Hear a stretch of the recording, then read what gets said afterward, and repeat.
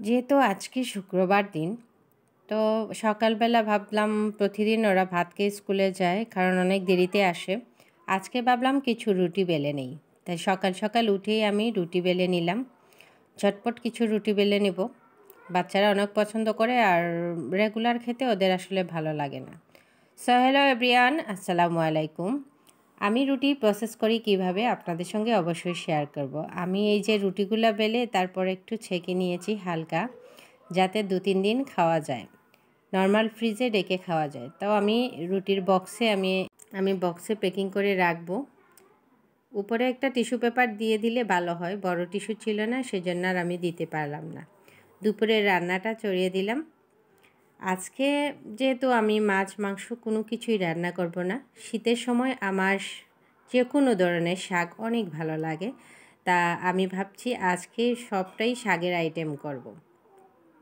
তা আমি পেঁয়াজ কাঁচামরিচ দিয়ে একটু, যেটা লাই শাক আমরা বলি, সেটা দিয়ে দিলাম।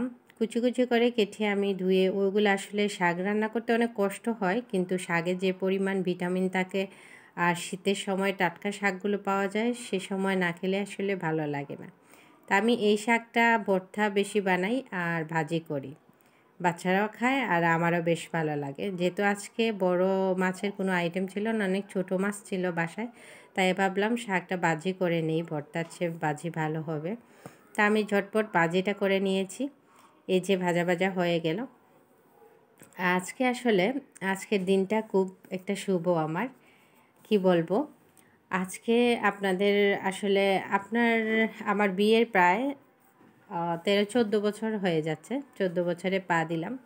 কিন্তু সবচেয়ে একটা জিনিস ভালো লাগে, যে বলা হয় স্বামী ভালো থাকলে জীবনটা আসলেও সুন্দর হয়ে যায়। শ্বশুর শাশুড়ি যাই হোক, সবাই যেই রকম থাকুক, কিন্তু আপনার হাজবেন্ড যদি ভালো হয়, তাহলে আপনার জীবনটা দুনিয়াতেই জান্নাত পেয়ে যাবেন। সে কথাটা আসলেই সত্য। আপনাদের ভাইয়ার সঙ্গে আমার মনের খুব মিল, কি বলবো আমি জানি না।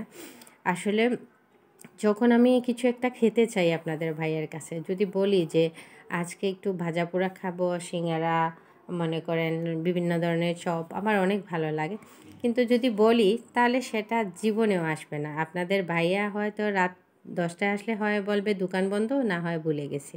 সেজন্য আমার খুব রাগ হতো। তা কখনো আমার মন কিছু চাইলে আপনাদের ভাইয়াকে আমি আর বলতাম না। তো বেশ কিছুদিন আগে কি হয়েছে, একটা মজার ঘটনা বলি আপনাদের। বেশ কিছুদিন, প্রায় 1 মাস আগে, আমি একটা জিনিস দেখেছিলাম ফেসবুকের একটা পেজে। তো ভাইয়াকে আমি মেসেঞ্জারে নক করেছিলাম এটার প্রাইস কত। তো উনি আর কোনো সাড়া শব্দ দেননি বা জানানোনি। তা যাই হোক, প্রাইস না জানায়, আমি বুঝতে পারছিলাম একটু বেশি হবে, কিন্তু না জানানোয় আমি আর এটার প্রতি আর লোভ দিইনি। প্রায় 1 মাস পর হঠাৎ আপনাদের ভাইয়া আমাকে কিছু না বলে বাচ্চাদের সঙ্গে একটু শেয়ার করেছে যে আমাকে কিছু একটা গিফট করবে, কিন্তু আপনাদের ভাইয়া সেটা জানতও না যে আমি কী চেয়েছিলাম। যাই হোক, এই মগটা অর্ডার করেছিল। এটা আসলে একদম বাস্তব ফুল যেটা, সেটা দিয়ে বানানো হয়েছে। পানি দেওয়ার পর এটাকে সত্যি দেখতে লাগে একদম অ্যাকোরিয়ামের মতো। আর মগটা এত দারুণ হয়েছিল, দেখে হয়তো মনে হচ্ছে গ্লাসের মগ অনেক ভারী হবে, একদম হালকা পাতলার মধ্যে। পানি খেতেও বেশ ভালো লাগে। আর পানি দেওয়ার পর এই যে ফুলগুলা নাড়াচাড়া করতেছে, দেখেন তো, পানি দেওয়ার পর একদম মনে হচ্ছে অ্যাকোরিয়ামে মাছ থাকে আর এই অ্যাকোরিয়ামে ফুল আছে। মানে আমার যে এত ভালো লাগছে, যে আমি এটা 1 মাস আগে চেয়েছিলাম। সেটা আপনার ভাইয়াকেও বলিনি, কাউকেও বলিনি, যেহেতু ওরা দামও জানায়নি। আর সেই মগটা যে আপনাদের ভাইয়া 1 মাস পরে উনারও এটা ভালো লেগেছে, উনি যে অর্ডার করেছেন, আমি সেটা জানতাম না। এটা পাওয়ার পর যে গিফট পেলে সবারই কম বেশ ভালো লাগে, সেটা আমরা সবাই জানি, কিন্তু এরকম সারপ্রাইজ গিফট যে আসবে আমি আসলে কল্পনা করতে পারিনি। শীতের শুরুতেই আপনার ভাইয়া, মনে করেন আমার জন্য, আমি ভিডিওতে দেখিয়েছি, আমার জন্য একটা শাল কিনে নিয়ে আসছেন। আর এটা অর্ডার করেছিলেন, শুধু আমাকে বলেছে যে তোমার জন্য একটা গিফট আছে। সেটা তারা আমার সঙ্গে শেয়ার করবে না, যেহেতু এটা সারপ্রাইজ হিসাবে থাকবে, সেজন্য।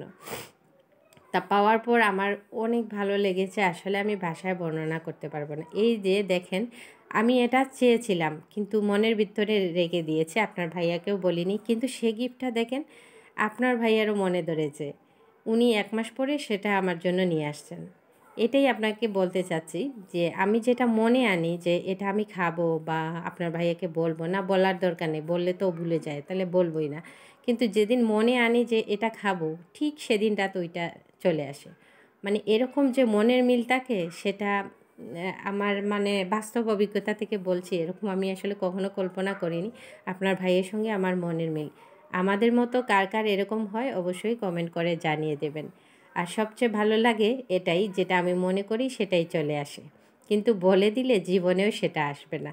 যাই হোক, তারপরে এটা একটা ভালো গুণ যে মনে আসছে সেটা পেয়ে গেছি। সেদিন যে যে তৃপ্তিতে আমি জিনিসটা খাই, অন্য সময় কিন্তু সেরকম হয় না। আমার গিফটটা কেমন লাগলো অবশ্যই আপনারা কমেন্ট করে জানাবেন। আর যে যেখান থেকে আমার ভিডিওটা দেখছেন অবশ্যই লাইক, কমেন্ট এবং শেয়ার করে পাশে থাকবেন। আজ এই পর্যন্ত। আল্লাহ হাফিজ।